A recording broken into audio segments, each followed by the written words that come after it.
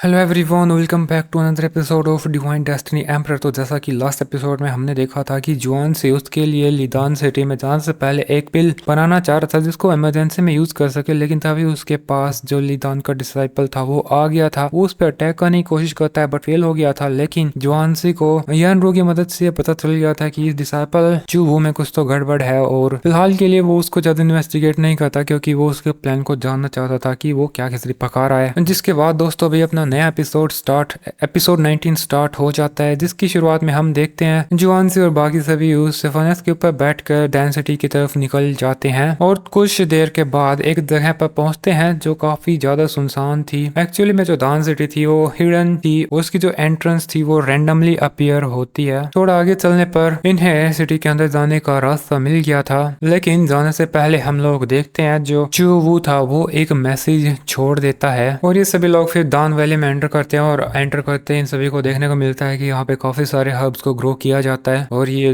जो हर्ब्स थे काफी ज्यादा ओल्ड भी थे। लीजन इनको बता रहा था कि यहाँ पर जो हर्ब्स मौजूद हैं वे काफी ज्यादा एंशिएंट हैं और वर्ल्ड में कहीं और ग्रो नहीं किए जा सकते। और ये सुन के हुयन एम्प्रेस बोलने लगती है कि शायद यही रीजन है कि एल्केमी दान सिटी इसकी लोग काफी ज्यादा रिस्पेक्ट करते हैं। इसके अलावा दान सिटी की अल्केमिस्ट की जो पिल है वो काफी ज्यादा महंगी भी होती है। इसके बाद जो लिदान था वो थोड़ी और बातें बताने लगता है कि ये जो वैली है ये तो बस आउटर पेरीमीटर में ही है। तभी हमें चुबू को दिखाया जाता है, वो सोच रहा था कि अभी तक एंसेस्टर जीजुआन यहाँ पे आए क्यों नहीं, कहीं उन्होंने मुझे धोखा तो नहीं दिया। बट तभी जुआन से उसको बोलता है कि क्या तुम्हारे पास वो अल्केमी मटेरियल्स अभी भी बचे हैं, मुझे उनकी जरूरत है। तो वो बोलता है जी सीनियर, मेरे पास अभी भी है, ये लीजिए, और फिर वो एक बैग उसे दे देता है। लेकिन तभी हमें एक रिवर के अंदर दिखाया जाता है जहाँ से काफी सारी डिमोनिक एनर्जी निकलने लग गई, आसमान में जाने लगी थी और शायद यहाँ पे अपना जो डिमोनिक एंसेस्टर जीजुआन है वो यहाँ पे अपीयर हो चुका है। और इसी के साथ इनके ऊपर यहाँ पर एक अटैक भी हो जाता है जिसको रोकने के लिए होंगियन एम्प्रेस और वनरेबल ली दान उसका फर्नेस यूज करके उसे रोकने लग जाते हैं। ये दोनों काफी मशक्कत से उस अटैक को रोक तो लेते हैं, लेकिन जब वे लोग जॉन से कुछ निशान देखते हैं तो वे सोचते हैं एज एक्सपेक्टेड ऑफ सीनियर किसी भी मुसीबत से नहीं डरते। अभी तो लिदान भी उससे धीरे धीरे इम्प्रेस होने लगता है, लेकिन तभी यहाँ पर आवाज आ जाती है, nice to meet you everyone, तुम मेरे एक अटैक को रोक के खुश मत हो। होंगेन एम्प्रेस इस आदमी को जानती थी और वो बोलती है कि तुम तो डिमोनिक सेक्ट के एंसेस्टर असिस्टेंट हो। वो बताने लगता है हाँ बिल्कुल, और मुझे मास्टर जीजुआन ने ही भेजा है तुम सभी को मारने के लिए। और फिर ये बोलते हुए अटैक करने लगता है कि अब तुम मारने के लिए तैयार हो जाओ। उसके अटैक को रोकने के लिए जल्दी से होंगेन एम्प्रेस और लेदान उसके सामने आ जाते हैं, लेकिन वो तो उसके हाथ के फटकार से ही उन दोनों को ही उससे काफी ज्यादा दूर कर देता है। होंगेन एम्प्रेस हार नहीं मानती और फिर से उसके पास जाके अटैक करने लगती है और नीचे से जो जैन रू थी वो कह रही थी, सीनियर आपको क्या लगता है कि इनमें से कौन जीतेगा। जुआन से सोच रहा था ऑफ कोर्स जो स्ट्रॉन्ग होगा वो जीतेगा।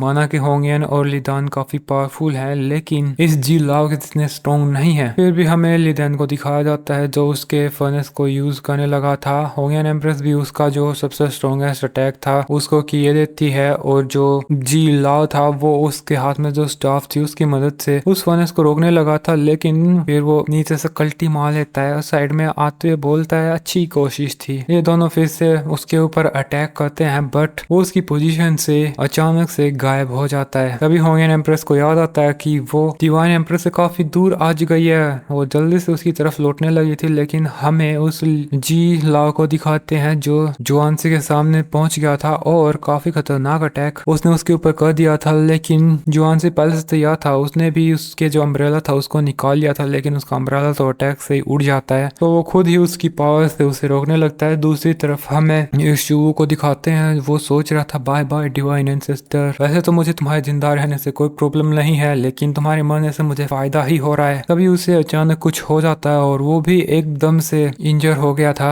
दूसरी तरफ हमें जॉन्सी को दिखाते हैं, उसने उस जिलाव के अटैक को रोक लिया था। जिलाव भी काफी कंफ्यूज था कि तुम इंजर नहीं हुए, लेकिन जॉन्सी उसकी बात का कोई भी जवाब नहीं देता, वो शांत ही उसी की तरफ देखे जा रहा था, जिससे उसे ऐसा लगता है कि जॉन्सी उसे चिढ़ा रहा है। और फिर से एक स्ट्राइक करता है, लेकिन जॉन्सी उसकी फिंगर उस अटैक की तरफ पॉइंट कर देता है, जिससे वो अटैक भी डिस्ट्रॉय हो जाता है। लेकिन तभी हमें एक काफी ज्यादा स्ट्रेंज चीज देखने को मिलती है कि जॉन्सी के ऊपर जो भी अटैक हो रहा था, हालांकि वो उसे रोक पा रहा था, बस उस पे जो अटैक्स हो रहे थे उसका जो असर था वो चूवू के ऊपर भी हो रहा था। वो उस अटैक की पावर को रोक नहीं पा रहा था। ऐसा लग रहा था कि जो डैमेज उसे होना था वो उस चूहू को हो रहा था। जुआनसी सारी बातों को प्रोसेस कर रहा था कि ऐसा कैसे हो रहा है, क्या ये उस पिल की वजह से था। इतनी देर में जो जिलाओ था वो काफी ज्यादा मल्टीपल अटैक्स जुआनसी के ऊपर कर रहा था, तो उसकी थ्योरी टेस्ट करने के लिए वो बस शांत खड़ा रहता है और उस अटैक्स को बिल्कुल नहीं रोकता। लेकिन उनका जो असर था वो चूहू के ऊपर हो रहा था और वो बार बार इंजर होता जाता है। और बहुत सारे अटैक्स